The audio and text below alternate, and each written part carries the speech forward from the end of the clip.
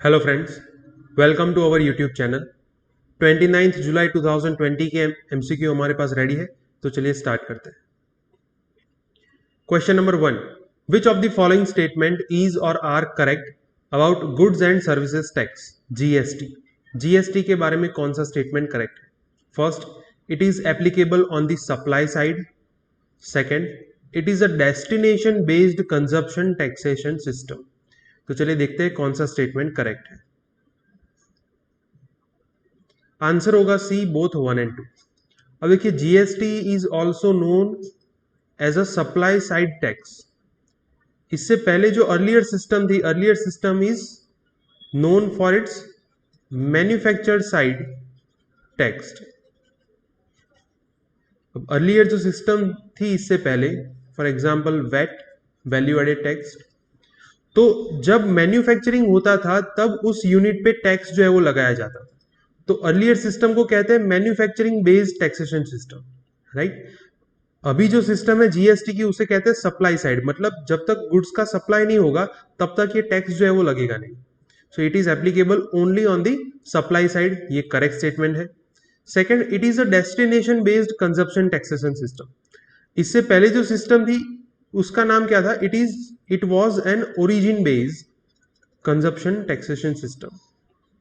मतलब कि जहां से गुड्स ओरिजिन होते हैं वहां पे टैक्स लगता था।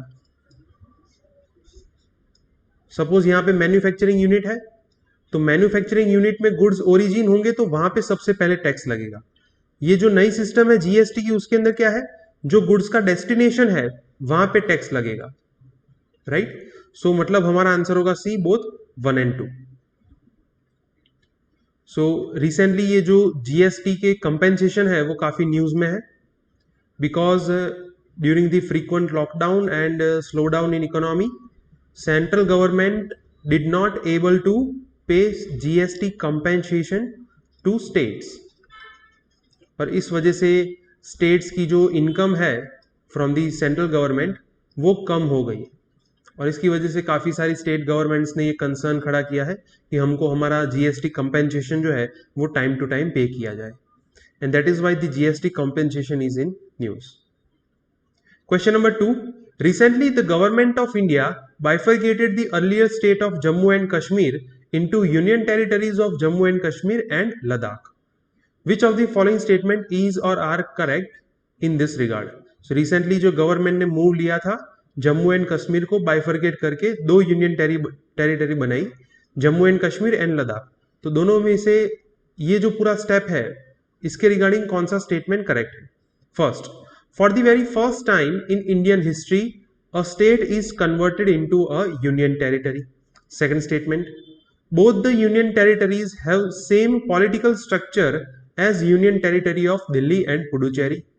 Third, after the said changes, the Article 35A became null and void. तो चलिए देखते हैं कौन सा स्टेटमेंट करेक्ट है। यहां पे आंसर होगा सी, 1 एंड 3। अब ऐसा पहली बार हुआ है कि किसी स्टेट को यूनियन टेरिटरी में कन्वर्ट किया गया। इससे पहले जो ऑपोजिट चेंज है वो हुआ था। फॉर एग्जाम्पल, किसी यूनियन टेरिटरी को स्टेट में कन्वर्ट करना, तो ये पहले हो चुका है काफी सारे केसेस में। फॉर एग्जाम्पल सिक्किम है, राइट। लेकिन ये पहली बार हुआ है कि किसी स्टेट को यूनियन टेरिटरी में कन्वर्ट किया है। तो ये फर्स्ट स्टेटमेंट जो है वो करेक्ट है। Second, both the union territories have same political structure as union territory of Delhi and Puducherry, ये गलत है।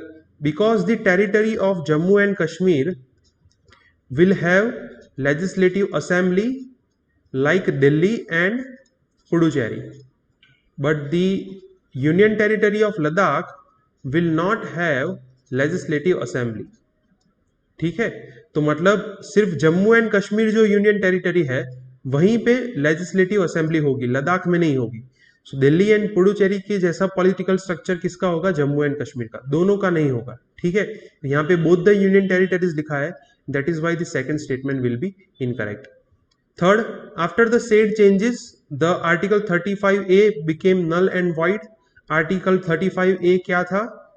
It gives certain special rights for the people of Jammu and Kashmir, right. So article 35A जो है उसके पावर्स मिलते थे अंडर आर्टिकल 370, जब central government ने आर्टिकल 370 ही चेंज कर दिया है तो मतलब आर्टिकल 35A जो है it became null and void. तो ये थर्ड स्टेटमेंट जो है वो करेक्ट है। तो हमारा आंसर होगा सी 1 एंड 3।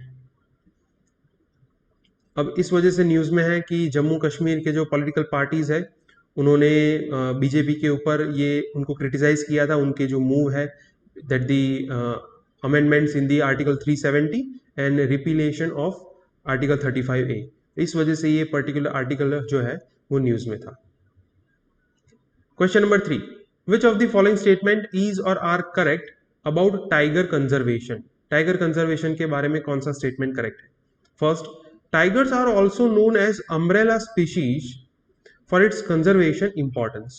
Tigers को umbrella species भी कहा जाता है। Second, India accounts for nearly 70% of global tiger population. Third, India has achieved the target of doubling the tiger count within the targeted time limit. तो चलिए देखते हैं कौन सा स्टेटमेंट करेक्ट है। इसका आंसर होगा डी 1, 2 एंड 3। तीनों स्टेटमेंट जो है वो करेक्ट है। अब टाइगर को अम्ब्रेला स्पीसीज कहा जाता है। क्यों कहा जाता है? Because it serves as the first stage of food chain in any forest ecosystem.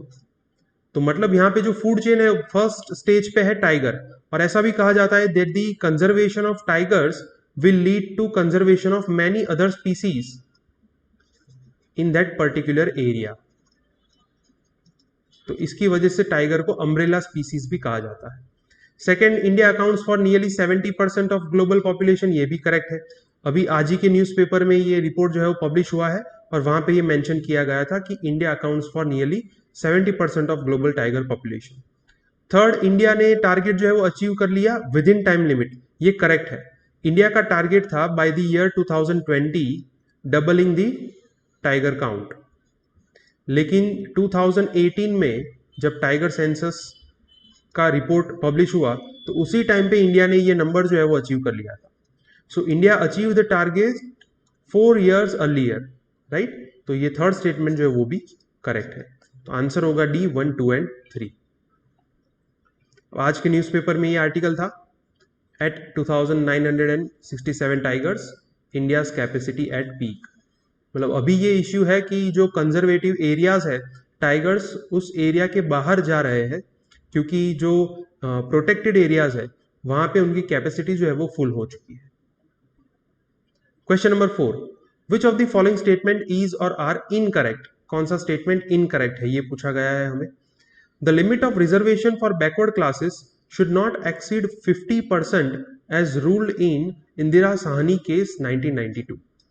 Backward classes को जो रिजर्वेशन दिया जाता है वो 50% से ज्यादा नहीं होना चाहिए, ऐसा इंदिरा साहनी केस में मेंशन किया गया था।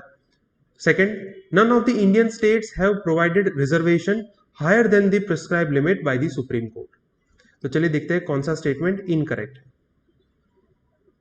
यहां पे आंसर होगा बी, सेकंड ओनली।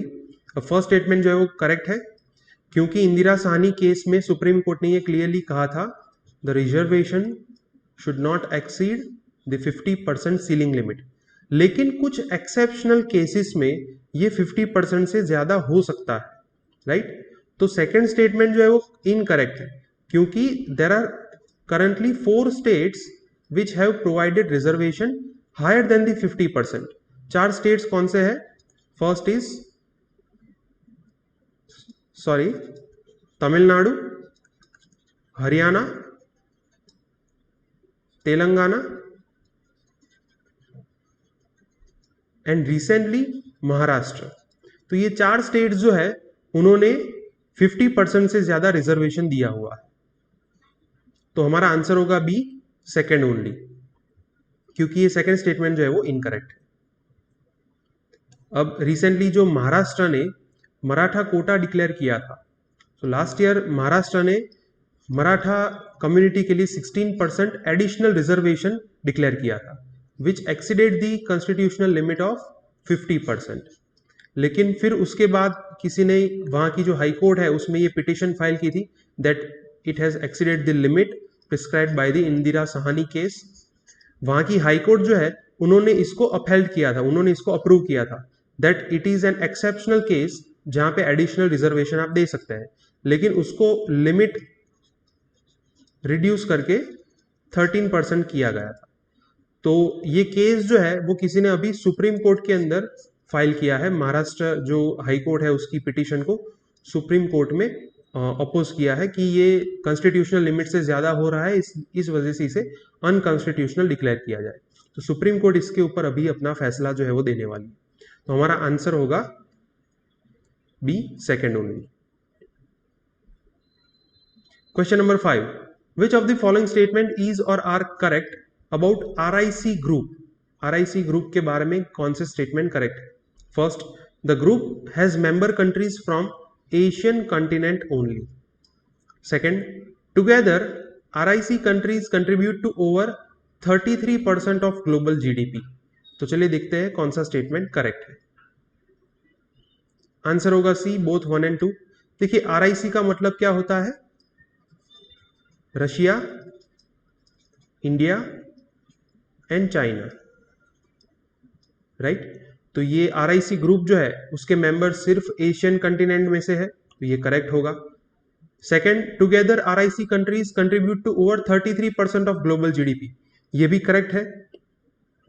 अब इस तीनों देश की अगर पॉपुलेशन देखने जाए तो वो भी ज्यादा है।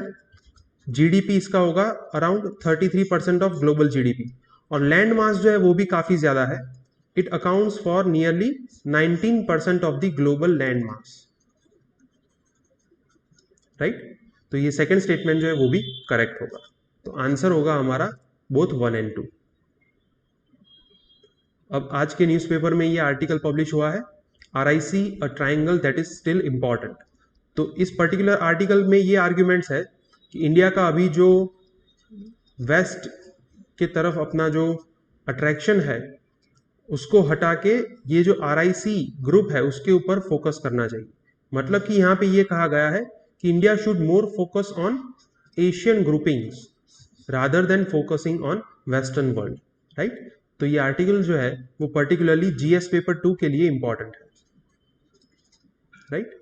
Okay, question number 6, which of the following statement is or are correct about Shanghai cooperation Organisation. SCO के बारे में कौन सा स्टेटमेंट करेक्ट है? First, India is one of the founding members of SCO। Second, SCO actively participated in bringing back stability in Afghanistan. Third, the SCO has a strategically important role in Asia due to its geographical significance. तो चलिए देखते हैं कौन सा statement correct होगा। Answer होगा B, 2 and 3। अब देखिए इंडिया जो है वो फाउंडिंग मेंबर नहीं है। तो सबसे पहले जब ये ग्रुप बना था जिसका नाम था शांघाई 5, जो 5 कंट्री ने मिलकर बनाया था, जिसके अंदर Kazakhstan, Russia, China, Kyrgyzstan and Tajikistan. तो ये टोटल 5 कंट्रीज जो है जिन्होंने मिलकर ये ग्रुप बनाया था जिसका नाम था शांघाई 5 इन 1996। फिर उसके बाद 2001 में इसके अंदर ऐड हुआ Uzbekistan. Uzbekistan was added in 2001। तब जाके इसका नाम हुआ SCO, Shanghai cooperation organisation. And then in 2017 2 countries were added, India and Pakistan. So India जो है वो रशिया की रिकमेंडेशंस के बेसिस पे ऐड किया गया था, पाकिस्तान जो है वो चाइना की रिकमेंडेशंस के बेसिस पे ऐड किया गया था। तो इंडिया जो है वो फाउंडिंग मेंबर नहीं है, and that is why the first statement will be incorrect. तो यहाँ पे आप मैप में देख सकते हैं जितने कंट्रीज ग्रीन कलर से हाईलाइटेड है, they are the currently members of SCO। यहाँ पे टोटल 4 कंट्री जो है वो ब्लू कलर से हाईलाइटेड है, they are the observer states, Mongolia, Afghanistan, Iran and Belarus. तो फर्स्ट स्टेटमेंट जो है वो इनकरेक्ट है। सेकंड जो है वो करेक्ट है। इन 2008 SCO ने कुछ इनिशिएटिव्स लिए थे for bringing back stability in Afghanistan, second correct है। थर्ड जो है वो भी करेक्ट है, बिकॉज ये जो पूरा एशिया का पार्ट कवर करता है, it is to counter the influence of USA, right. So that is why it has a strategically important role in Asia due to its geographical significance, right. तो third statement जो है वो correct है, answer होगा B, second and third. So ये article में से particularly RIC and कई बार SCO को भी मेंशन किया गया है, that is why the SCO was in news. Question number 7, which of the following statement is or are correct about Gulf Cooperation Council, GCC के बारे में कौन सा स्टेटमेंट करेक्ट है? First, all the countries sharing border with Persian Gulf are members of GCC. Second, all the current members of GCC are monarchies. तो चलिए देखते हैं कौन सा स्टेटमेंट करेक्ट होगा। आंसर होगा बी, सेकेंड ओनली। अब देखिए ये पर्शियन गल्फ है, तो इसके साथ काफी सारे कंट्रीज जो है वो बॉर्डर शेयर करते हैं, but all of the countries that shares border with Persian Gulf are not members of GCC, because इसका मेंबर ईरान भी नहीं है and Iraq is also not a member of Gulf Cooperation Council. जो Persian Gulf के साथ अपनी border share करते हैं लेकिन they are not member of GCC। तो इसके टोटल मेंबर्स कौन सी कंट्रीज है? Kuwait, Qatar, Bahrain, UAE, Saudi Arabia and Oman, ठीक है। There are total 6 countries which are member of GCC, और सभी कंट्रीज जो है दे आर मोनार्कीज, वहां पे मोनार्कियल सिस्टम है, राइट। सो उसमें से जो पर्टिकुलरली 3 कंट्री है, कतार, कुवैत एंड बहरीन, ये 3 कंट्री के अंदर कॉन्स्टिट्यूशनल मोनार्की है। Then in Saudi Arabia and Oman, ये 2 कंट्रीज के अंदर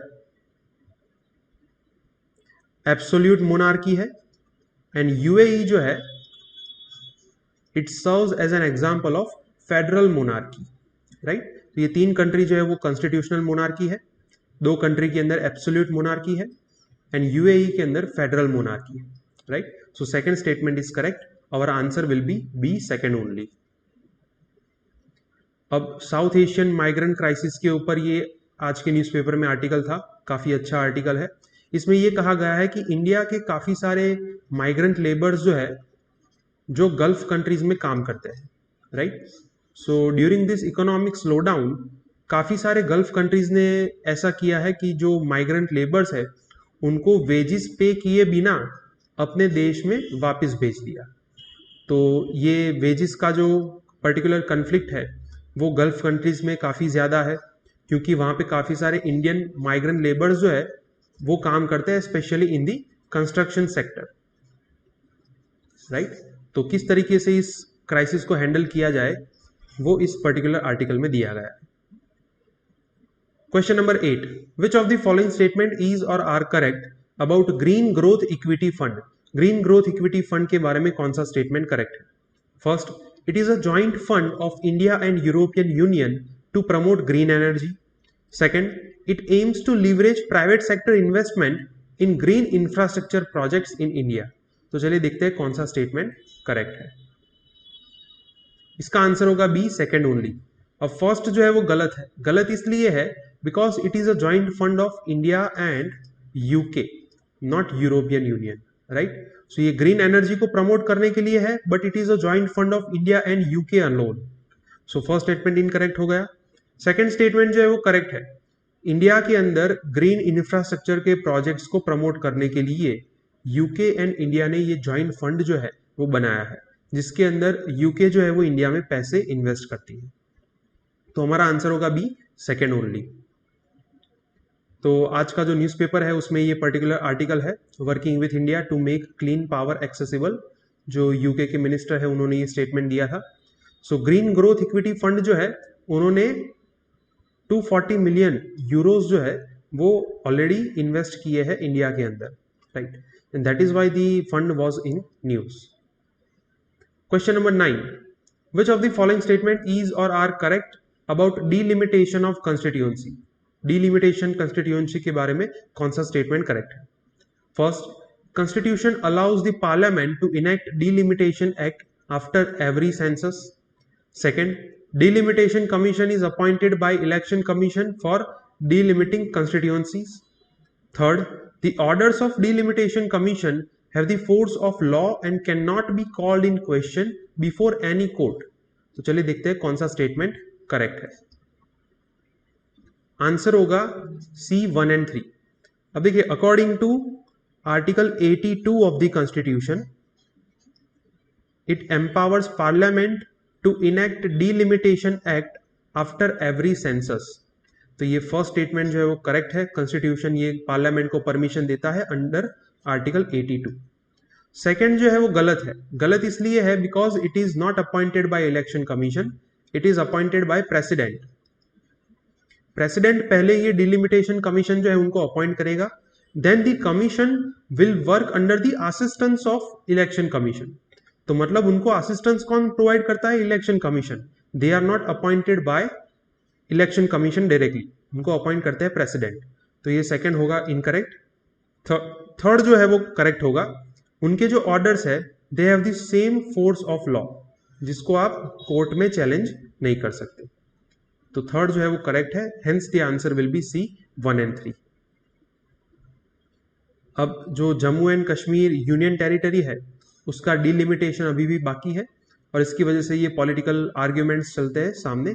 इलेक्शन कमीशन ने रिसेंटली वहां के जो लेफ्टिनेंट गवर्नर है उनके आर्ग्यूमेंट्स को क्रिटिसाइज किया था in the sake of delimitation. Question number 10. Which of the following statement is or are correct about Strait of Hormuz. Hormuz Strait के बारे में कौन सा स्टेटमेंट करेक्ट है? First, it links the Gulf of Aden with the Red Sea. Second, the strait separates Iran from UAE. तो चलिए देखते हैं कौन सा स्टेटमेंट करेक्ट है. इसका आंसर होगा D, neither one not two. अब देखिए, स्टेट का मतलब क्या होता है? It is a narrow water channel that separates two land masses and it merges two water bodies. तो इस पर्टिकुलर जो नैरो एरिया है वाटर बॉडी का, इसे क्या कहेंगे? स्ट्रेट कहेंगे, राइट. तो हॉर्मुज स्ट्रेट जो है वो यहां पे है. तो दो कैरेक्टरिस्टिक्स जानने हैं. कोई दो लैंड मासेस को ये सेपरेट करता होगा. तो लैंड मासेस कौन से है? ईरान एंड ये ओमान का एरिया है, right. So it separates Iran from Oman and not UAE. तो ये सेकंड इनकरेक्ट हो गया. उसी तरीके से ये किसी दो वाटर बॉडीज को लिंक करता होगा. So it links Persian gulf with the Gulf of Oman. तो ये फर्स्ट स्टेटमेंट जो है वो भी गलत है, right. So our answer will be D, neither one nor two. So recently Iran ने ये पर्टिकुलरली वाटर बॉडी के अंदर जो स्टेट ऑफ हॉर्मुज है वहां पे किसी एयरक्राफ्ट रेप्लिका के ऊपर ये ब्लास्ट कर दिया. वो एयरक्राफ्ट नहीं था, उसकी रेप्लिका थी, लेकिन उसके ऊपर ब्लास्ट कर दिया and that is why the state of Hormuz was in news. Okay friends, तो आज के 10 MCQs यहाँ पे खत्म होते हैं. अगर आपको कोई डाउट है तो आप कमेंट सेक्शन में लिख सकते हैं. हमारी चैनल को लाइक कीजिए एंड सब्सक्राइब कीजिए. Thank you.